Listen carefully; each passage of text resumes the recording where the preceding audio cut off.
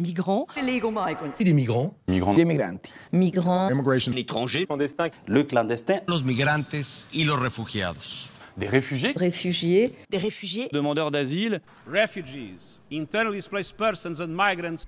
Oui, réfugiés, demandeurs d'asile, personnes déplacées, réfugiés climatiques, clandestins, nini, on entend beaucoup tous ces termes dans les médias. Ils renvoient à des réalités juridiques très précises ou au contraire très inexistantes.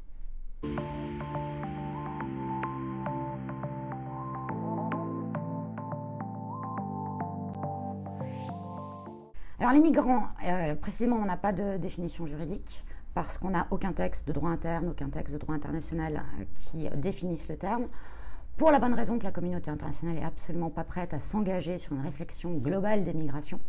Donc on a des tentatives de définition qui ont été données notamment par les organes, les agences de l'Organisation des Nations Unies. Un consensus est en train de se cristalliser autour d'une définition très large qui a été donnée par l'Organisation internationale des migrations et qui désigne comme migrant toute personne qui quitte sa résidence habituelle, alors qu'il la quitte, qui traverse ou non une frontière, et voilà, en précisant que cette définition s'applique sans considération du statut juridique, sans considération du caractère volontaire ou non de la migration, sans considération des causes du déplacement. Donc c'est une définition très très large qui désigne à la fois les réfugiés, à la fois l'étudiant qui habite Brioude et qui vient s'installer pendant 5 ans à Clermont-Ferrand pour faire ses études, à la fois des demandeurs d'asile, à la fois les expatriés professionnels. Et selon les chiffres disponibles notamment donnés par l'ONU, il y aurait actuellement quelque chose comme 260 millions de migrants dans le monde.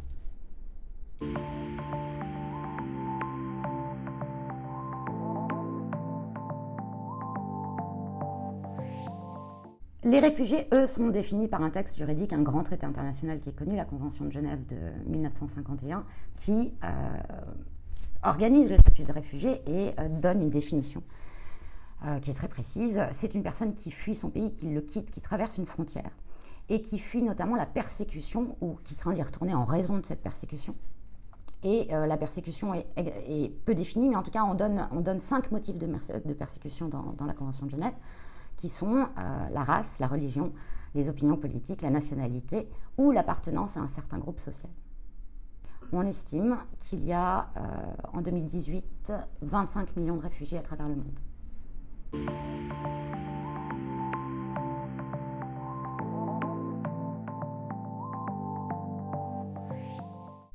À côté des réfugiés, les réfugiés sont des personnes qui bénéficient de ce qu'on appelle une protection internationale. À côté des réfugiés, on trouve des bénéficiaires de la protection subsidiaire.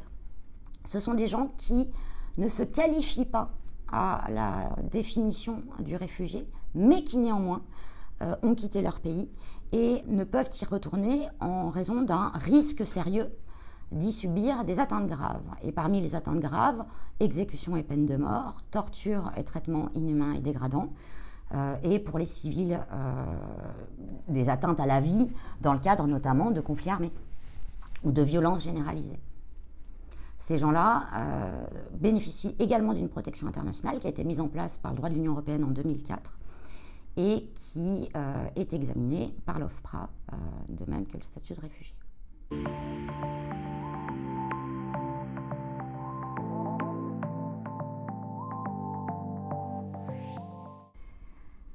Alors pour les personnes déplacées, c'est une catégorie humanitaire. Ce sont des gens qui quittent leur résidence habituelle, qui la quittent de manière contrainte, en raison de conflits armés, de violences généralisées, de violations des droits fondamentaux, et même en raison de catastrophes naturelles ou causées par l'homme, mais qui en tout état de cause ne quittent pas leur pays, ils quittent leur résidence, leur région, mais ils ne traversent pas de frontières, ne quittent pas leur pays. C'est la grande différence avec les réfugiés, c'est qu'ils ne franchissent pas de frontières. La vraie désignation d'ailleurs, c'est personnes déplacées internes. Alors il n'y a pas de texte universel du type Convention de Genève qui protège le statut, qui garantit un statut pour les personnes déplacées, mais selon les situations, elles sont protégées par le droit international des droits de l'homme ou lorsque on se trouve en situation de conflit armé, interne ou international, elles sont protégées là par le droit international humanitaire.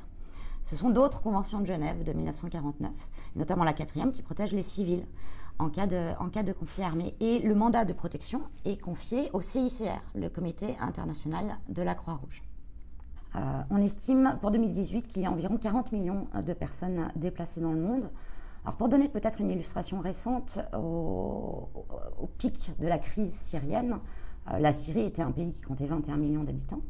On a décompté 5 millions de réfugiés, 7 millions de personnes déplacées internes, 3 millions qui étaient dans des zones inaccessibles ou dans des villes assiégées, donc qui n'ont même pas eu le loisir d'être contraints de quitter leur résidence. On n'oublie pas le demi-million de morts, ça laisse pas beaucoup de Syriens qui n'ont pas été contraints de fuir leur résidence habituelle.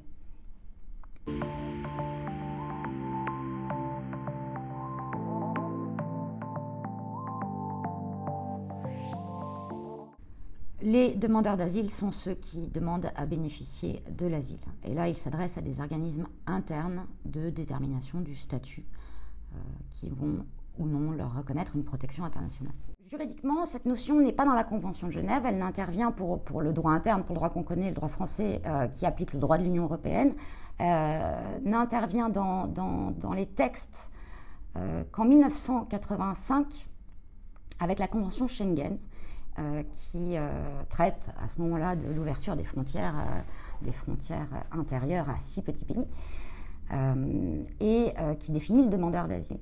Comme, là c'est dans l'énoncé, hein, c'est le réfugié candidat au statut. Et puis ce terme infiltre tout le droit de l'Union européenne au fur et à mesure. En France, la demande d'asile est examinée par l'OFPRA, l'Office français de protection des réfugiés et des apatrides, qui examine environ 100 000 demandes d'asile depuis quelques années par an. Si on en croit les chiffres de 2018 donnés par l'OFPRA, on serait plutôt à 120 000, ce qui est un record.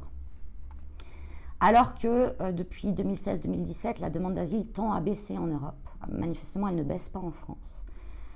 L'OFPRA est un établissement public, donc ce n'est pas un juge. En revanche, on peut introduire un recours contre les décisions de l'OFPRA et ce recours va se faire devant un juge qui est la Cour nationale du droit d'asile, qui est donc juge en premier et dernier ressort de la demande d'asile. Et ensuite, on peut aller en cassation devant le Conseil d'État. Les chiffres de reconnaissance de protection sont plutôt hauts en France depuis quelques années. On se situe aux alentours de 40% de reconnaissance de protection internationale. Les demandeurs d'asile ne sont pas des clandestins. Ils peuvent entrer de manière irrégulière sur le territoire, sans les papiers, sans les visas, sans les documents, sans passer par un poste frontière. Mais ils sont protégés en cela par le droit, par la Convention de Genève, par le droit de l'Union européenne, par le droit français. Et on ne peut pas les sanctionner pour une entrée irrégulière. Donc ils ne sont même pas juridiquement, tant qu'ils sont en demande d'asile, en situation irrégulière, quand bien même leur entrée sur le territoire l'est.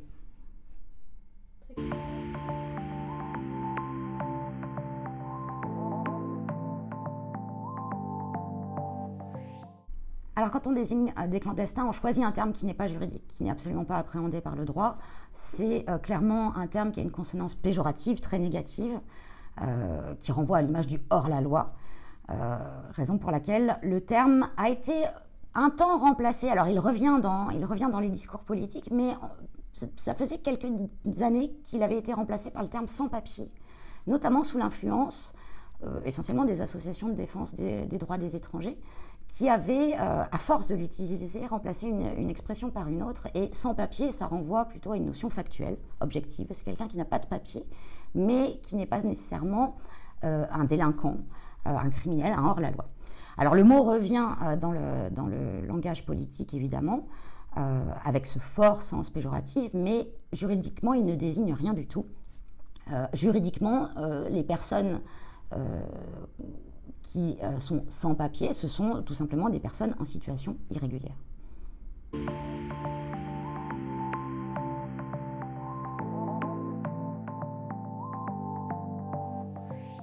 Alors les NINI, qui désignent les personnes ni expulsables ni régularisables.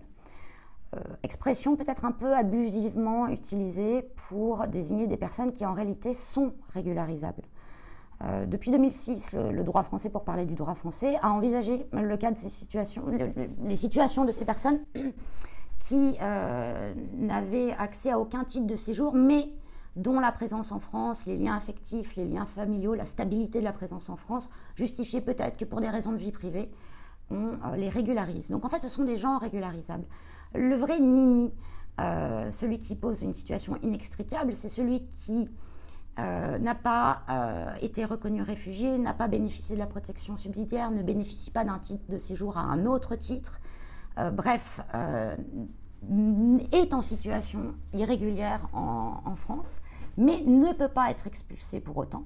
Donc il ne peut pas faire l'objet d'une obligation de quitter le territoire français parce qu'il risque un danger si on le renvoie dans son pays ou vers un autre pays. Donc il est en pratique pas expulsable, mais pas régularisable non plus, car on n'a trouvé aucun titre de séjour susceptible de régulariser sa situation. En 2018, quand la loi de septembre 2018 sur l'immigration a été discutée, des amendements ont été proposés. Le Premier ministre a été interpellé sur cette question en disant « Qu'est-ce qu'on fait pour ces gens-là ?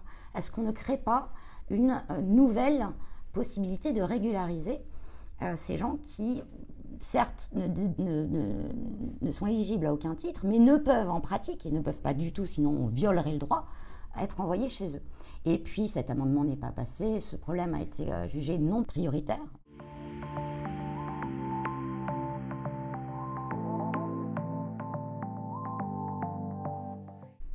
Alors le réfugié climatique, ça n'existe pas juridiquement, il n'existe pas en droit, on entend évidemment, et on fait bien de l'entendre, les notions de réfugiés climatiques, réfugiés environnementaux, migration climatique. L'idée de réfugié renvoie quand même à une grosse idée de contrainte, mais on n'a pas de texte ou de traité sur, on n'a pas peut-être pas encore de texte ou de traité sur les réfugiés climatiques. En revanche, et c'est là où il faut se réveiller, c'est une réalité pratique